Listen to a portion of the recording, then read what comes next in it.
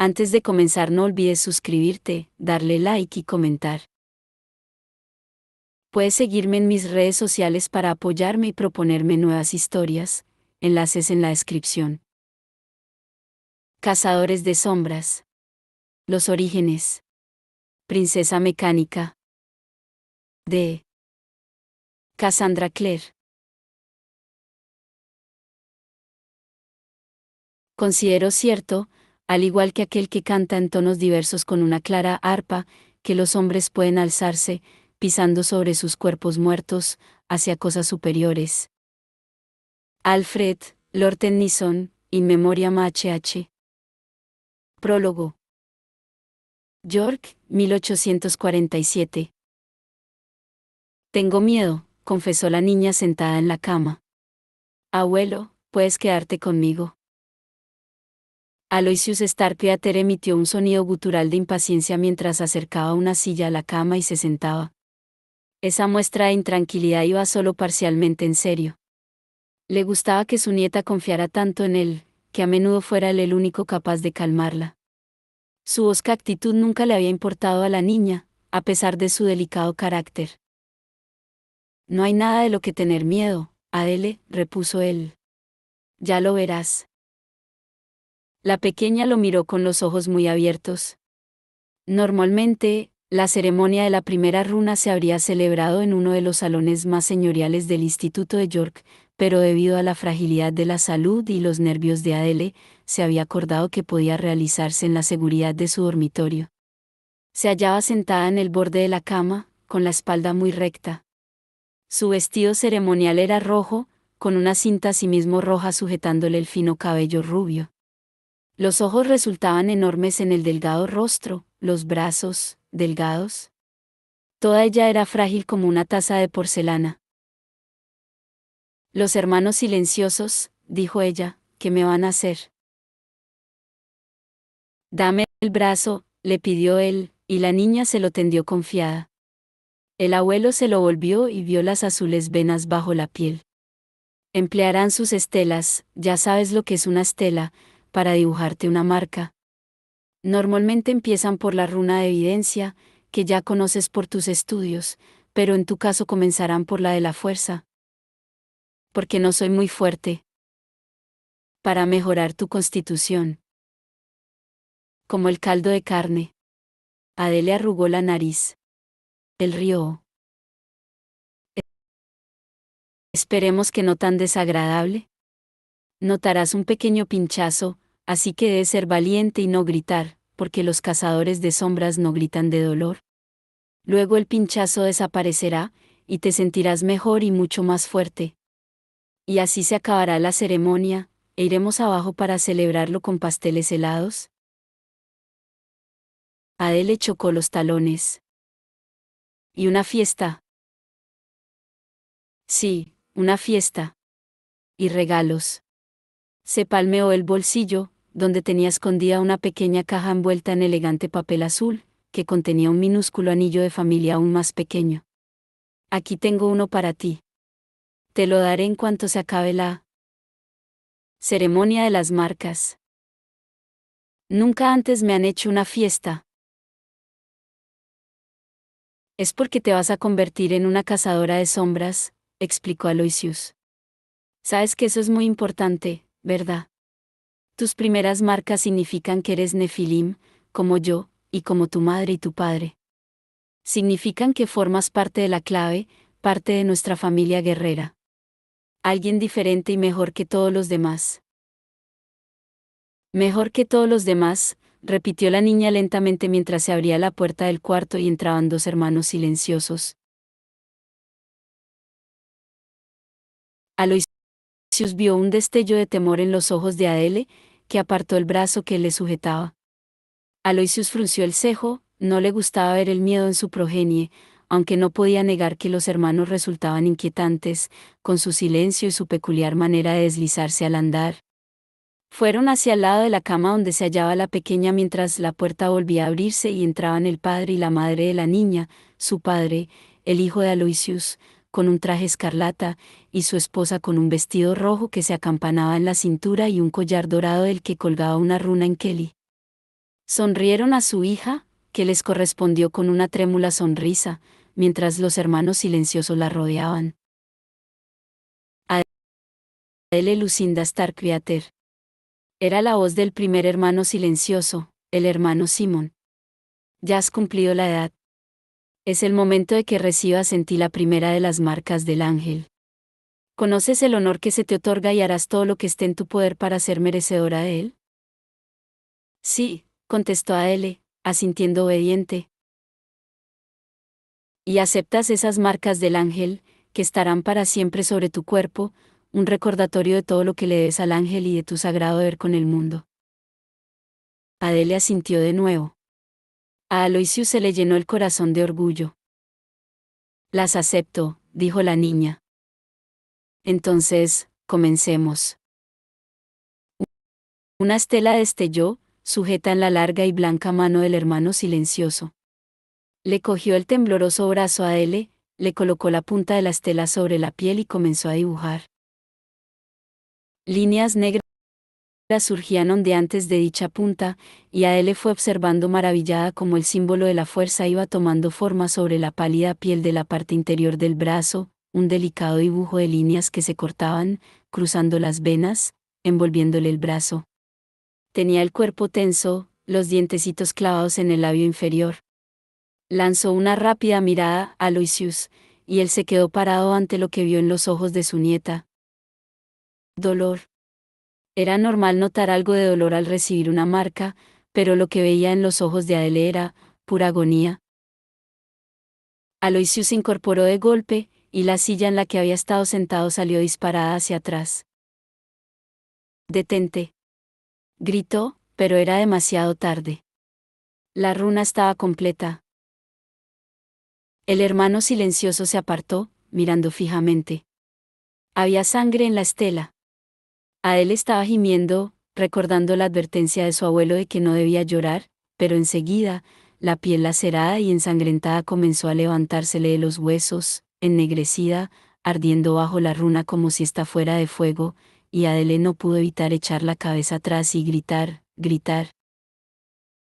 Londres, 1873. Will. Charlotte Fairchild entreabrió la puerta de la sala de entrenamiento del instituto. Will, ¿estás ahí? Un apagado gruñido fue la única respuesta. La puerta se abrió del todo y mostró la amplia sala de altos techos que había al otro lado. Charlotte había crecido entrenándose ahí y conocía cada irregularidad de las maderas del suelo, la vieja diana pintada en la pared norte, las ventanas de hojas cuadradas, tan viejas que eran más gruesas en la base que en lo alto. En el centro de la estancia se hallaba Will Gerondale, con un cuchillo en la mano derecha. Este volvió la cabeza para mirar a Charlotte, y ella pensó de nuevo que era un niño muy raro, aunque con 12 años ya no era tan pequeño. Era guapo, con el cabello oscuro y espeso que se le ondulaba levemente a la altura del cuello de la camisa, en ese momento lo tenía mojado de sudor y pegado a la frente. Había llegado al instituto con la piel bronceada por el aire y el sol del campo, pero 6 meses en la ciudad lo habían dejado sin color, y eso hacía que el rubor le destacara sobre los pómulos. Tenía los ojos de un azul extrañamente luminoso. Algún día sería un hombre muy apuesto, si lograba hacer algo con la expresión de enfado que le retorcía los rasgos permanentemente. «¿Qué pasa, Charlotte?», soltó él. Aún hablaba con un ligero acento galés, una forma de pronunciar las vocales que habría resultado encantadora si su tono no fuera tan agrio. Se pasó la manga por la frente mientras la chica entraba a medias por la puerta y se detenía. «Llevo horas buscándote», contestó ella con cierta aspereza, aunque ese tono tenía poco efecto con Will. No había mucho que afectar a Will cuando estaba de mal humor, y casi siempre estaba de mal humor. ¿No te has acordado de lo que te dije ayer, que hoy íbamos a recibir a un nuevo miembro en el instituto? Oh, sí que me he acordado. Will lanzó el cuchillo. Se clavó justo fuera del círculo de la diana, lo que aún le hizo poner peor cara. Pero no me importa. El chico que estaba detrás de Charlotte ahogó un ruido. Una carcajada, habría pensado ella, Pero, sin duda, no podía estar riendo, ¿no? Ya le habían advertido de que el chico que llegaba al instituto desde Shanghái no estaba bien, pero, aún así, se había sorprendido al verlo bajar del carruaje, pálido y agitándose como una caña bajo el viento, con el rizado cabello oscuro salpicado de canas como si fuera un hombre de 80 años y no un chico de 12. Tenía los ojos grandes y de un negro plateado, extrañamente bellos, pero inquietantes en un rostro tan delicado. Will, ¿vas a ser educado?, dijo Charlotte, y cogió al chico detrás y lo empujó para que entrara en la estancia. No te preocupes por Will, solo está de mal humor. Will Gerondale, te presento a James Carstairs, del Instituto de Shanghái. Jem, puntualizó el chico. Todo el mundo me llama Jem. Dio otro paso hacia el interior de la sala mientras miraba a Will con amistosa curiosidad. Hablaba sin ningún rastro de acento, lo que sorprendió a Charlotte, pero claro, su padre había sido británico. Tú también puedes llamarme así. Bien, si todo el mundo te llama así, no es ningún favor especial para mí, ¿no? El tono de Will era ácido, era capaz de ser sorprendentemente desagradable, algo inusual en alguien tan joven. James Carstairs, ya irás viendo que si te ocupas de tus asuntos y me dejas en paz, será lo mejor para los dos. Charlotte suspiró por dentro. Había esperado que la presencia de ese chico, de la misma edad que Will, sirviera para que éste perdiera su rabia y su maldad, pero parecía evidente que había hablado en serio al decir que no le importaba si otro chico cazador de sombras llegaba al instituto. No quería amigos, ni los necesitaba. Charlotte miró a Jem, esperando que su semblante reflejara sorpresa o dolor, pero solo sonreía ligeramente, como si Will fuera un gatito que hubiera tratado de arañarle. No me he entrenado desde que salí de Shanghái, señaló Jem. Me iría bien un compañero, alguien con quien practicar. Y a mí también, repuso Will. Pero necesito a alguien que esté a mi nivel, no a una criatura enfermiza que parece estar arrastrándose hacia la tumba. Aunque supongo que podría servir de diana para hacer prácticas de puntería. Charlotte, sabiendo lo que sabía de James Carstairs y lo que no había compartido con Will, sintió un horror que le revolvió el estómago. Arrastrándose hacia la tumba, oh, Dios santo. ¿Qué le había dicho su padre? Que Jem dependía de una droga para vivir, alguna clase de medicina que prolongaba su vida, pero no lo curaba. Oh, Will. Iba a colocarse entre los dos chicos, como para proteger a Jem de la crueldad de Will, terriblemente más punzante de lo habitual dada la naturaleza de a quien iba dirigida, pero se detuvo. Jem ni siquiera había cambiado de expresión. Sí, por arrastrándose hacia la tumba, te refieres a que estoy muriéndome, entonces, aciertas, repuso. Me quedan unos 2 años de vida, 3 si tengo suerte. O eso me dicen. Incluso Will no pudo ocultar su impresión, se le colorearon las mejillas. Yo. Pero Jem había comenzado a caminar hacia la diana pintada en la pared, cuando llegó allí, arrancó el cuchillo de la madera. Luego se volvió y fue directo hasta Will. Aunque más delicado, tenía su misma altura, a solo unos centímetros de distancia se miraron a los ojos y se aguantaron la mirada. Puedes usarme para practicar puntería, si lo deseas, dijo Jem con tanta calma como si estuviera hablando del tiempo. Me parece que tengo poco que temer de ese ejercicio, ya que no pareces tener mucha puntería. Se volvió, apuntó y lanzó el cuchillo, que se clavó en el corazón de la diana, temblando levemente. Oh, continuó Jem, volviéndose hacia Will, ¿podrías dejarme que te enseñara? Porque tengo una gran puntería. Charlotte se lo quedó mirando sorprendida. Durante medio año había observado a Will apartar a cualquiera que trataba de acercarse a él, tutores, su padre, su prometido Henry o los 2 hermanos Lightwood, sirviéndose de una actitud aborrecible combinada con una crueldad mordaz. Suponía que, de no haber sido la única persona que lo había visto llorar, también habría perdido la esperanza, hacía tiempo, de que Will pudiera servir de algo a alguien. Y, sin embargo, Ahí estaba, mirando a Jem Carstairs, un chico con aspecto tan frágil que parecía hecho de cristal, y la dureza de su expresión se estaba transformando en una incertidumbre tentativa. No te estás muriendo de verdad, dijo Will, con el tono más extraño en la voz. No. Jem asintió.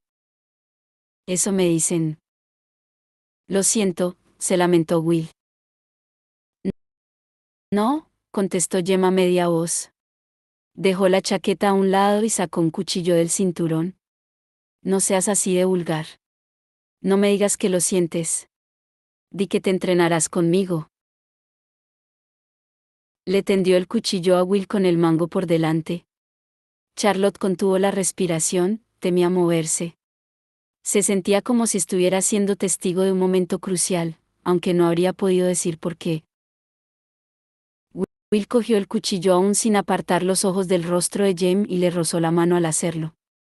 Charlotte pensó que era la primera vez que lo había visto tocar a otra persona voluntariamente. Me entrenaré contigo, afirmó Will. Capítulo 1. Una bronca espantosa. En martes, ni te cases, ni te embarques. Dicho popular. Diciembre es un mes venturoso para una boda, dijo la costurera, entre los alfileres que llevaba en la boca, con la facilidad de años de práctica. Como dicen,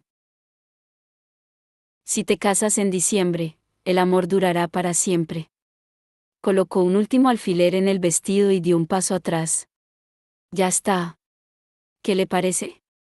Está diseñado a partir de uno de los modelos del propio Word. Tessa miró su reflejo en el espejo de cuerpo entero colocado entre las dos ventanas de su habitación.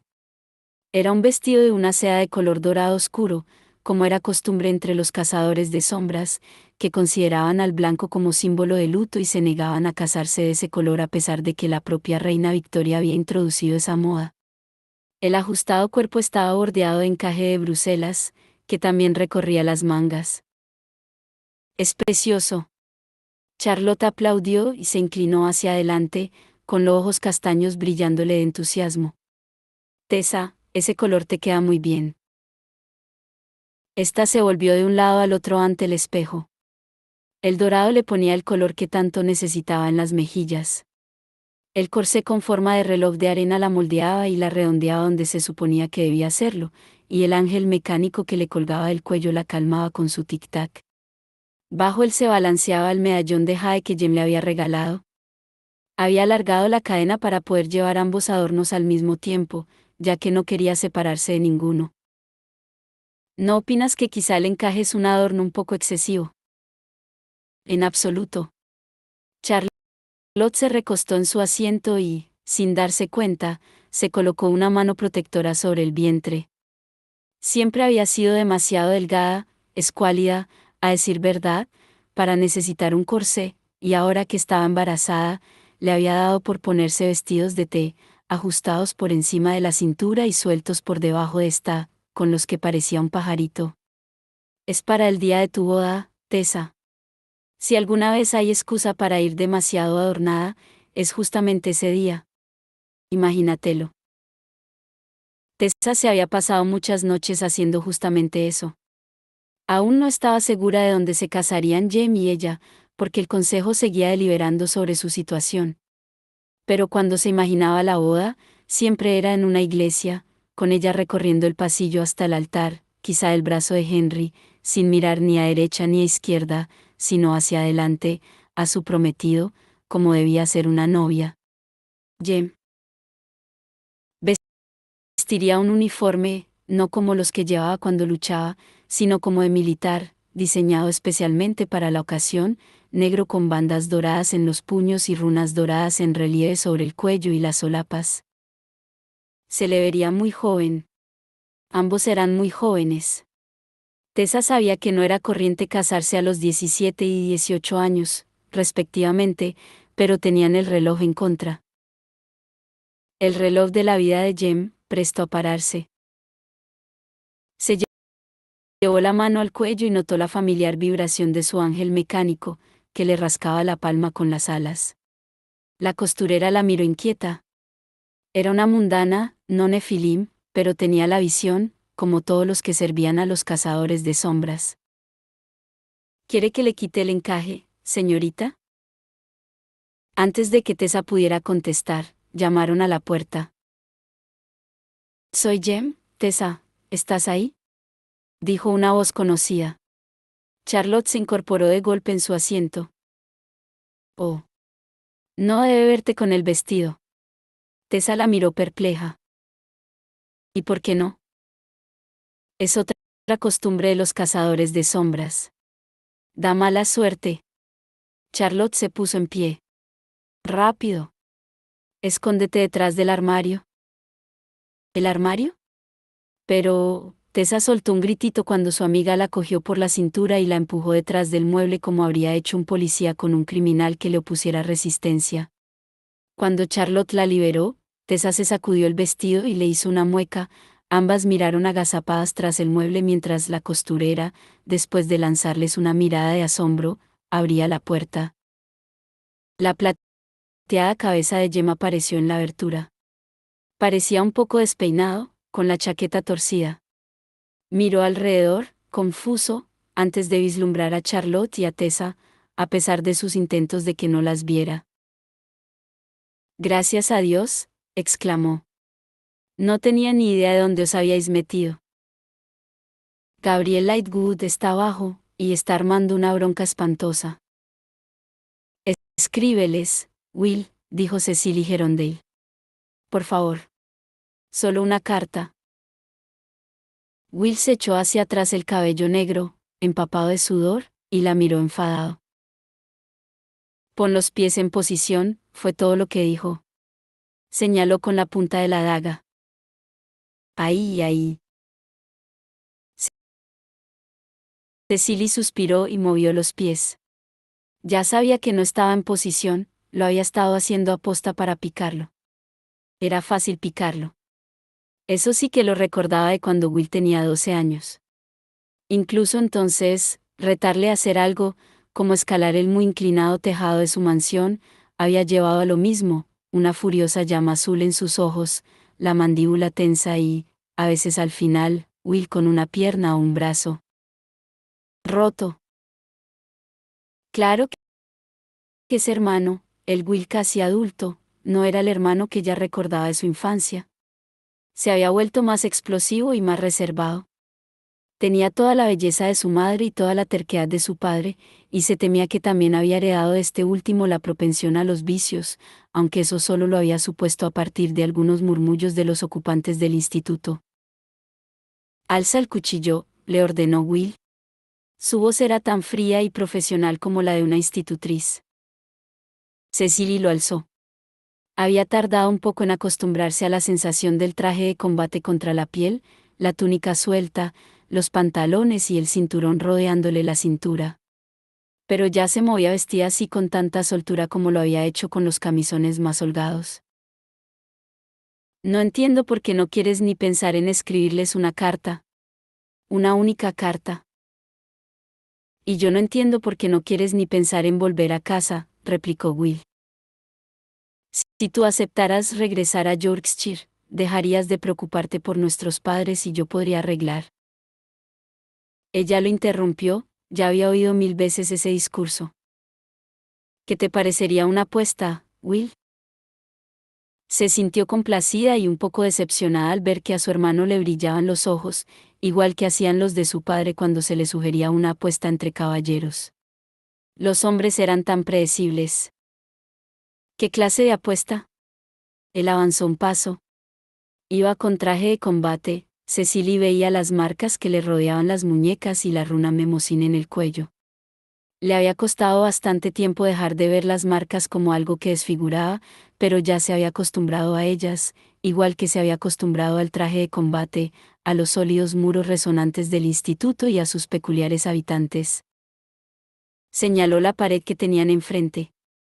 Había una vieja diana negra pintada en ella, un círculo grande rodeando un punto negro. Si le doy al centro 3 veces, tendrás que escribir una carta a mamá y a papá y decirles cómo estás. Les explicarás lo de la maldición y por qué te fuiste. La expresión del rostro de Will se volvió imperturbable, igual que pasaba siempre que le pedía eso. Nunca le harás 3 veces seguidas, Ceci, contestó, sin embargo. Bien, entonces no te importará apostar, William. Empleó su nombre completo a propósito. Sabía que le molestaba si lo decía ella, aunque cuando su mejor amigo, no, su Parabatay, desde su llegada al instituto había aprendido que eran dos cosas muy diferentes. Jem lo hacía, Will parecía considerarlo una muestra de afecto. Seguramente sería porque aún la recordaba corriendo torpemente tras él sobre sus gordezuelas piernecitas y llamándole, Will, Will, en un galés jadeante. Nunca le había llamado William, solo Will o su nombre en galés, Willim. Él entrecerró los ojos, esos ojos azul oscuro del mismo color que los suyos. Cuando su madre decía cariñosamente que, de mayor, Will sería un rompecorazones, Cecily siempre la había mirado sin acabar de creérselo.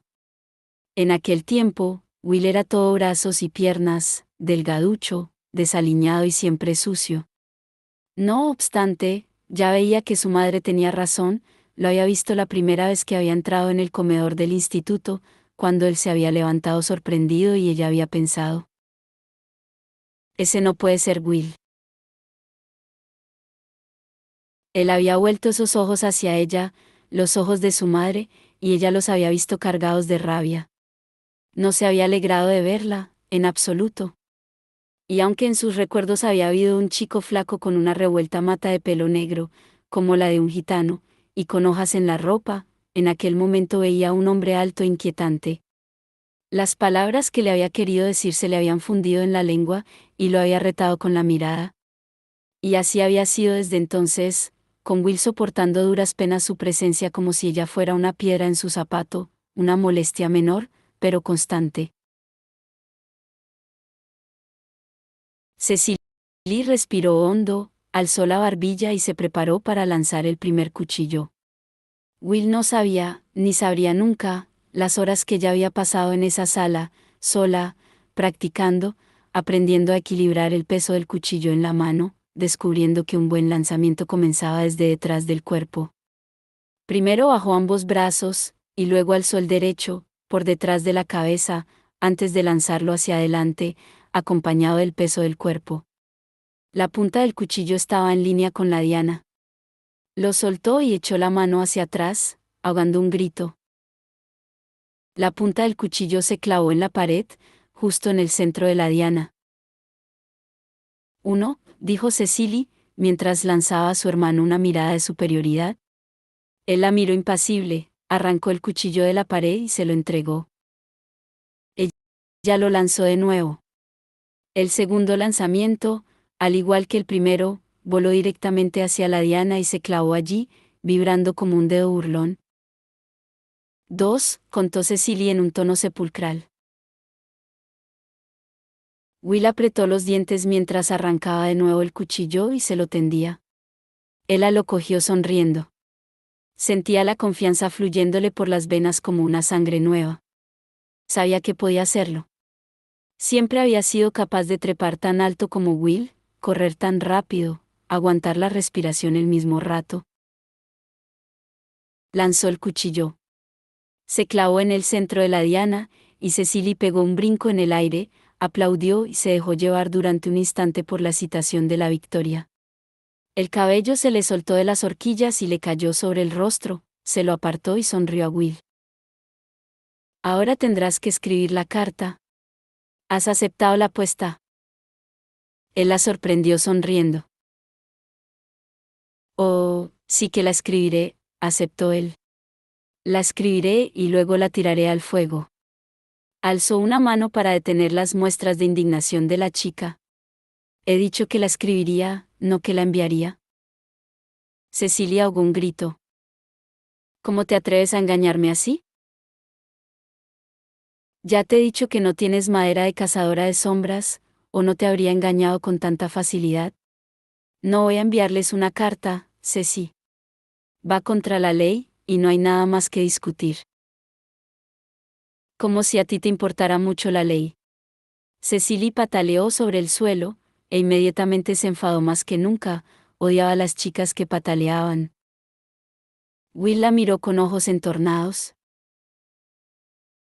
¿Y a ti te da lo mismo ser o no una cazadora de sombras? ¿Qué te parece esto? Escribiré una carta y te la daré a ti si me prometes llevarla personalmente a casa y no volver. Cecily retrocedió.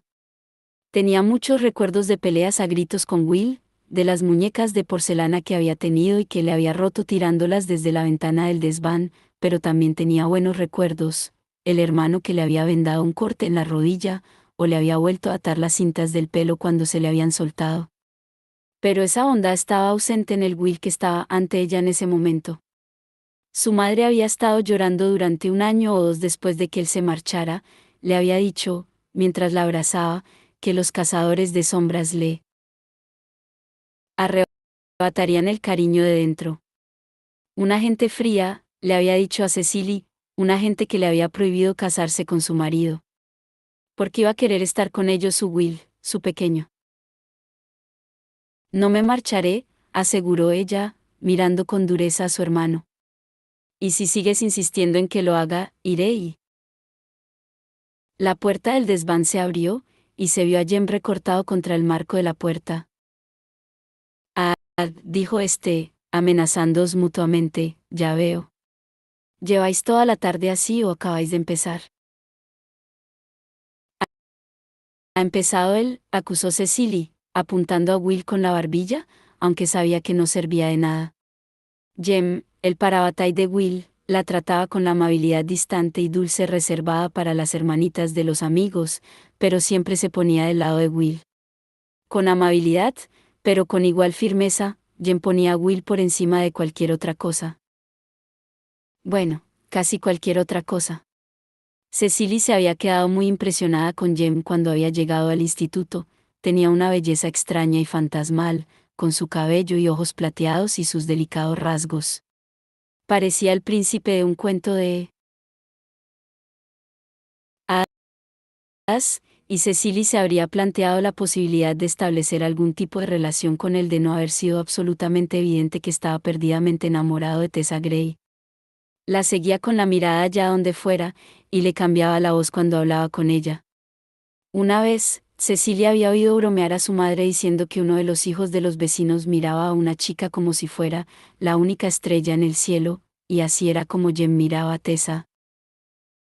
A Cecily no le importaba, Tessa era agradable y amable con ella, aunque un poco tímida, y con la nariz siempre metida en un libro, como Will. Si esa era la clase de chica que Jem quería, él y ella no estaban hechos el uno para el otro, y cuanto más tiempo pasaba en el instituto más cuenta se daba de lo mucho que eso habría complicado las cosas con Will. Este era ferozmente protector con Jem, y la habría estado vigilando constantemente por si alguna vez lo hacía enfadar o le hacía daño de alguna manera. No, lo cierto era que estaba mucho mejor no metiéndose en ese lío. Estaba pensando en envolver a Cecily y echársela a los patos de Hyde Park, dijo Will mientras se apartaba el sudado cabello de la cara, dedicó a Jem una de sus raras sonrisas. Me iría bien tu ayuda. Por desgracia, tendrás que dejar tus planes de fratricidio para más tarde. Gabriel Lightwood está abajo, y tengo que decirte 2 palabras.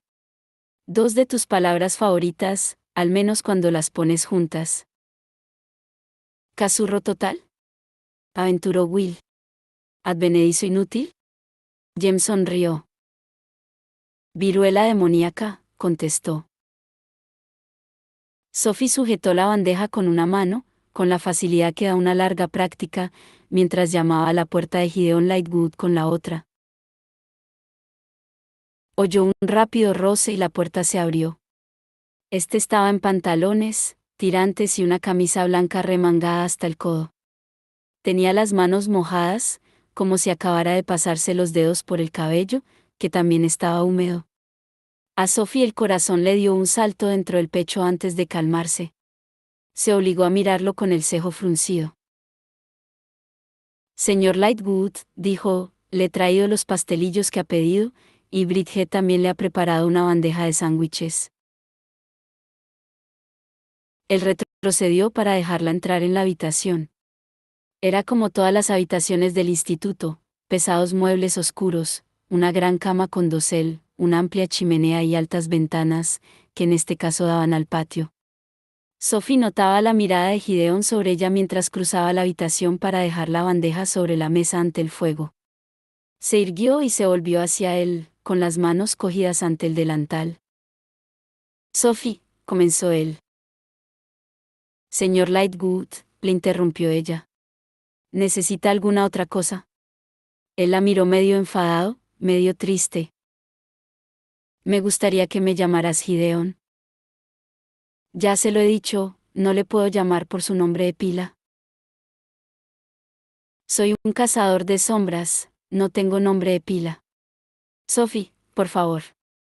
Dio un paso hacia ella. Antes de que viniera a residir en el instituto, había pensado que nos estábamos haciendo amigos. Pero desde el día que llegué, has estado muy fría conmigo.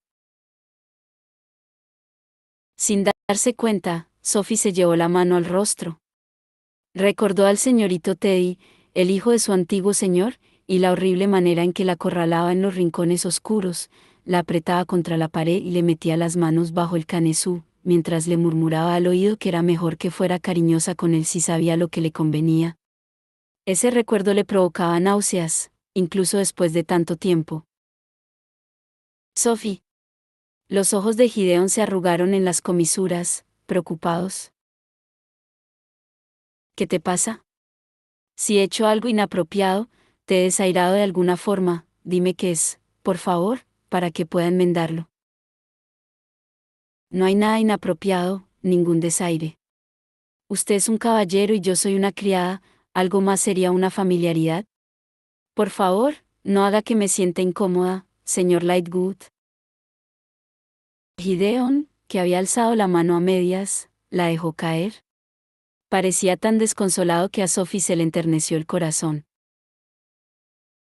Yo tengo todo que perder, y él, nada, se recordó.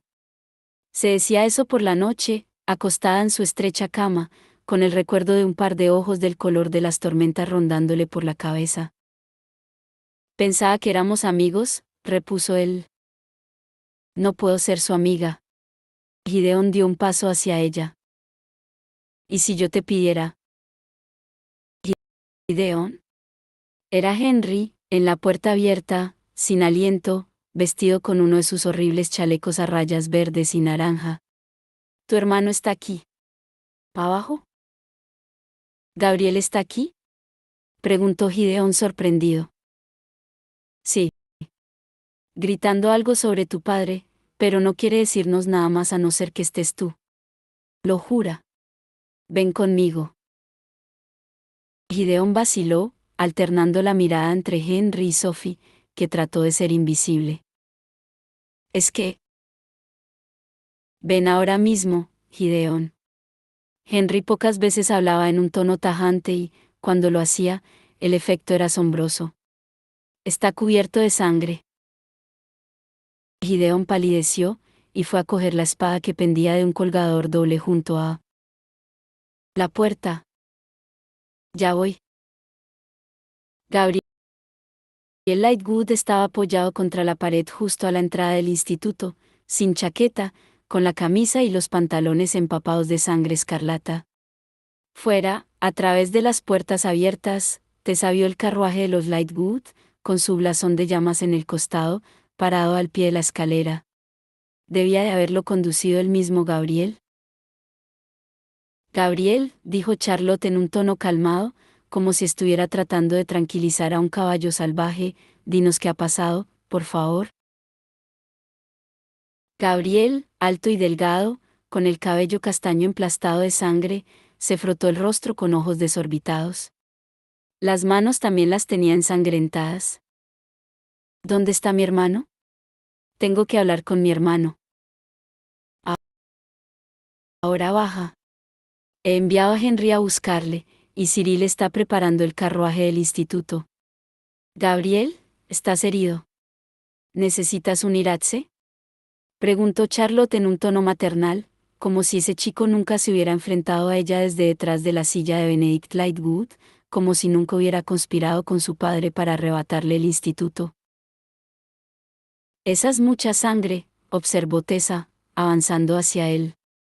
Gabriel, no es tuya, ¿verdad? Gabriel la miró.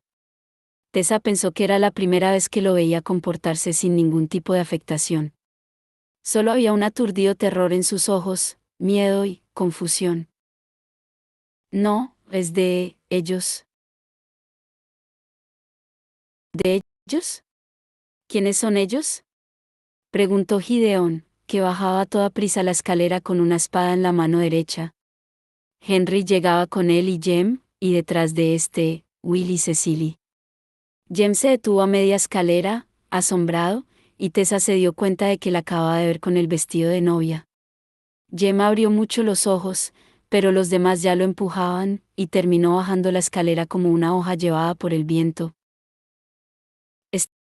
¿Está herido, padre?, continuó Gideón, mientras se detenía ante el recién llegado. ¿Y tú? Alzó la mano, se la puso bajo la barbilla y le volvió el rostro hacia él. Aunque Gabriel era más alto, en el rostro se le vio la expresión de hermano pequeño, alivio de que su hermano estuviera ahí, y un destello de rencor por el tono perentorio de este. Padre, comentó Gabriel. Padre es un gusano. Will soltó una seca carcajada. Llevaba el traje de combate, como si acabara de salir de la sala de entrenamiento, y el cabello se le rizaba húmedo contra las sienes. No miraba a Tessa, pero ella ya se había acostumbrado a eso. Él casi nunca la miraba. A no ser que fuera imprescindible. Me alegro de ver que has aceptado nuestra perspectiva, Gabriel, pero esta es una manera muy rara de comunicárnoslo. Gideon miró a Will con reproche antes de volver a fijar su atención en su hermano. ¿Qué quieres decir, Gabriel? ¿Qué ha hecho padre? Gabriel sacudió la cabeza. Es un gusano, repitió con voz inexpresiva. Lo sé. Ha cubierto de vergüenza el nombre de los Lightwood, y nos ha mentido a ambos. Avergonzó y destruyó a nuestra madre. Pero no tenemos por qué ser como él. Gabriel se soltó de su hermano y los dientes le estellaron al esbozar una mueca de furia. No me estás escuchando, afirmó. Es un gusano. Un gusano. Algo parecido a una serpiente. Desde que Mormain dejó de enviarle la medicina, se ha ido poniendo peor. Cambiando. Las llagas que tenía en los brazos comenzaron a extenderse. Por las manos, el cuello, del rostro, Gabriel buscó a Will con la mirada. Era la viruela, ¿verdad? Tú lo sabías, ¿cierto? ¿No eres una especie de experto? Bueno, tampoco hace falta que hagas como si yo lo hubiera inventado, replicó Will. Solo porque creía en su existencia. Hay registros sobre ella, viejas historias en la biblioteca. ¿Viruela demoníaca?, preguntó Cecily, con una mueca de confusión en el rostro. Will, ¿de qué está hablando? Abrió la boca, y los pómulos se le sonrojaron levemente. Tessa ocultó una sonrisa. Hacía semanas que Cecilia había llegado al instituto, y su presencia aún molestaba y ponía nervioso a Will. No parecía saber cómo comportarse cuando estaba cerca a su hermanita, que no era la niña que él recordaba y cuya presencia, a todas luces, le resultaba molesta. Sin embargo, Tessa lo había visto seguir a Cecily con la mirada por toda una sala, con el mismo amor protector en los ojos que a veces dedicaba a Jem. Sin duda, la existencia de la viruela demoníaca, y cómo se contraía, era lo último que querría explicarle a ella. De nada que te importe, masculló. La mirada de Gabriel topó con Cecily, y abrió los labios, sorprendido. Tessa lo vio fijarse en la chica. Los padres de Will debían de ser muy guapos, pensó Tessa, porque Cecily era tan hermosa como atractivo era Will. También compartían el cabello negro y brillante, y los deslumbrantes ojos azules. Cecily le devolvió la mirada con descaro y una expresión de curiosidad, Debía de haberse estado preguntando quién sería ese chico que tanta manía parecía tenerle a su hermano. ¿Ha muerto padre?, inquirió Gideon con una voz más aguda de lo normal. ¿Lo ha matado la viruela demoníaca? No lo ha matado, contestó Gabriel. Cambiado. Lo ha cambiado. Hace unas semanas nos trasladamos a Chiswick. No me quiso decir por qué. Luego, hace unos días, se encerró en su estudio. No quería salir, ni siquiera comer. Esta mañana ha ido al estudio para tratar de animarlo. La puerta estaba arrancada de los goznes. Había un rastro de algo pegajoso que llevaba hacia el vestíbulo. Lo he seguido escaleras abajo y luego por el jardín. Miró alrededor del vestíbulo, donde se había hecho el silencio. Se ha convertido en un gusano. Eso es lo que te digo. Y supongo que no será posible, preguntó Henry en medio del silencio, pisarlo. Gabriel lo miró molesto. Le he buscado por el jardín. He encontrado parte de los criados. Y cuando digo que he encontrado parte, quiero decir exactamente eso. Estaban despedazados, a trozos. Tragó saliva y se miró la ropa ensangrentada. Luego he oído un ruido, como un aullido muy agudo. Y al volverme, lo he visto viniendo hacia mí. Un gusano grande y ciego, como un dragón salido de una leyenda. Tenía la boca abierta, plagada de afilados dientes. He salido corriendo hacia los establos. Me ha perseguido reptando, pero he saltado al carruaje y he cruzado la verja a toda prisa. La criatura, padre, no me ha seguido. Creo que teme que lo vea la gente común. Ah, repuso Henry. Entonces es demasiado grande para pisarlo. No debería haber huido, se reprochó Gabriel, mirando a su hermano. Debería haberme quedado y luchado contra esa criatura. Quizá habría podido razonar con él. Tal vez padre esté dentro de alguna manera. Y tal vez te habría partido por la mitad de un mordisco, replicó Will. Lo que estás describiendo, la transformación en demonio, es la última fase de la viruela. Will. Charlotte alzó las manos al cielo. ¿Por qué no lo has dicho antes? ¿Sabes? Los libros sobre la viruela demoníaca están en la biblioteca, repuso Will ofendido. No ha impedido que nadie los leyera. Sí, pero si Benedict iba a convertirse en una serpiente enorme, creo que, al menos, podrías haberlo mencionado, le espetó Charlotte. Como un asunto de interés general.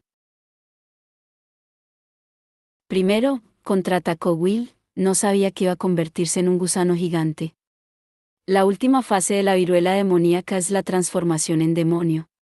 Podría haber sido de cualquier tipo. Segundo, el proceso tarda semanas. Creía que hasta un idiota certificado como Gabriel se habría dado cuenta y se lo habría notificado a alguien. ¿Notificárselo a quién?, preguntó Jem, no carente de razón. Se había acercado a Tessa mientras progresaba la conversación. Uno junto a la otra, se rozaban. ¿El dorso de la mano? A la clave. Al cartero. A nosotros. A quien fuera, respondió Will con una mirada irritada hacia Gabriel, que estaba recuperando parte del color y parecía furioso. No soy un idiota certificado. La falta de certificación no demuestra la inteligencia, masculló Will. Como he dicho, padre llevaba una semana encerrado en su estudio. ¿Y no te pareció ni un poco raro?, quiso saber Will. No conoces a nuestro padre, intervino Gideon en el tono de voz neutro que empleaba cuando la conversación sobre su familia era ineludible.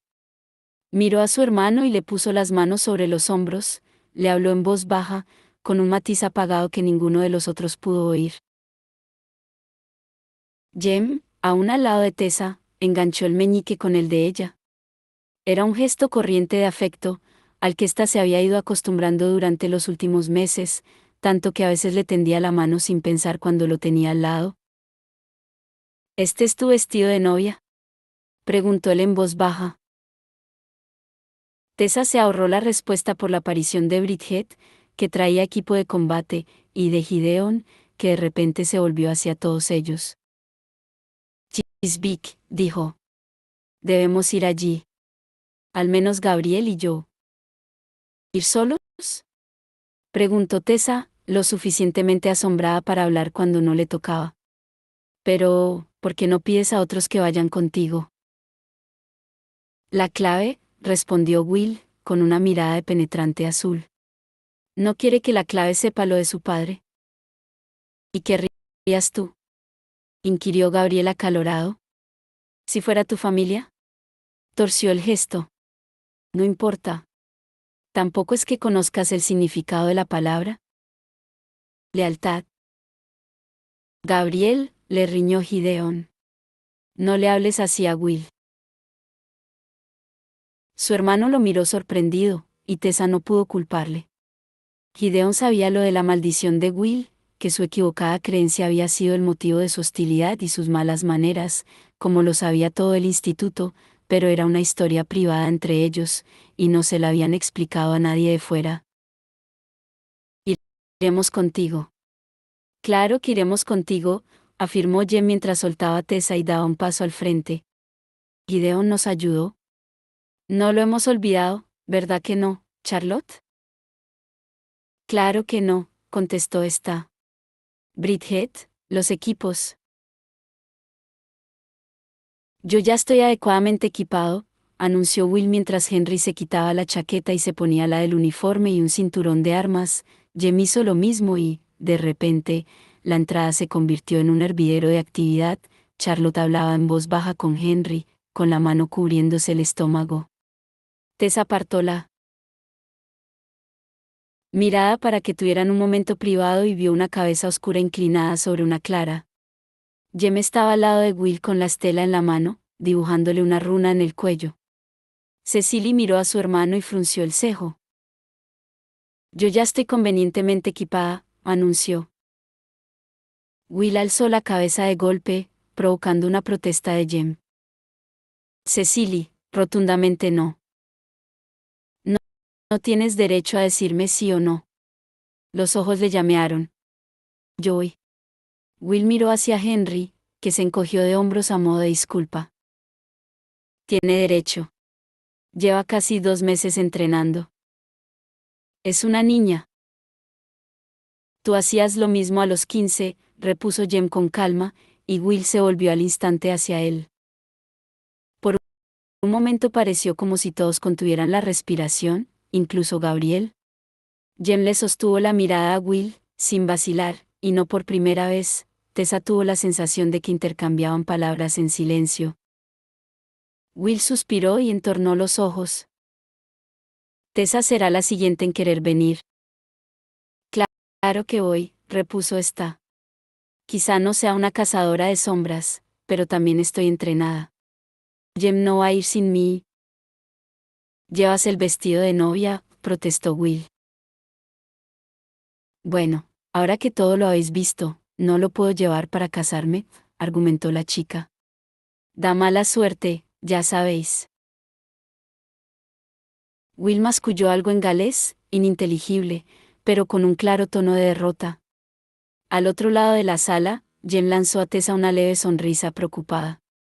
La puerta del instituto se abrió entonces, y el sol del otoño penetró hasta el vestíbulo. Cyril se hallaba en el umbral, sin resuello. El segundo carruaje ya está listo, anunció. Entonces, ¿quién viene? Para, cónsul Josiah Bailan de, el Consejo. Querido señor. Como sin duda ya sabe, su periodo de servicio como cónsul, pasados 10 años, está llegando a su fin. Ha llegado el momento de nombrar a un sucesor. Por nuestra parte, estamos considerando seriamente nombrar a Charlotte Bramwell, nacida Fairchild. Ha hecho un gran trabajo como directora del Instituto de Londres, y creemos que tiene su sello de aprobación, ya que fue usted quien la nombró después de la muerte de su padre. Como tenemos en un alto valor su opinión y su aprecio, Le agradeceríamos que nos comunicara cualquier consideración que tenga sobre este asunto. Atentamente suyo. Víctor Vitela, Inquisidor, en representación del Consejo.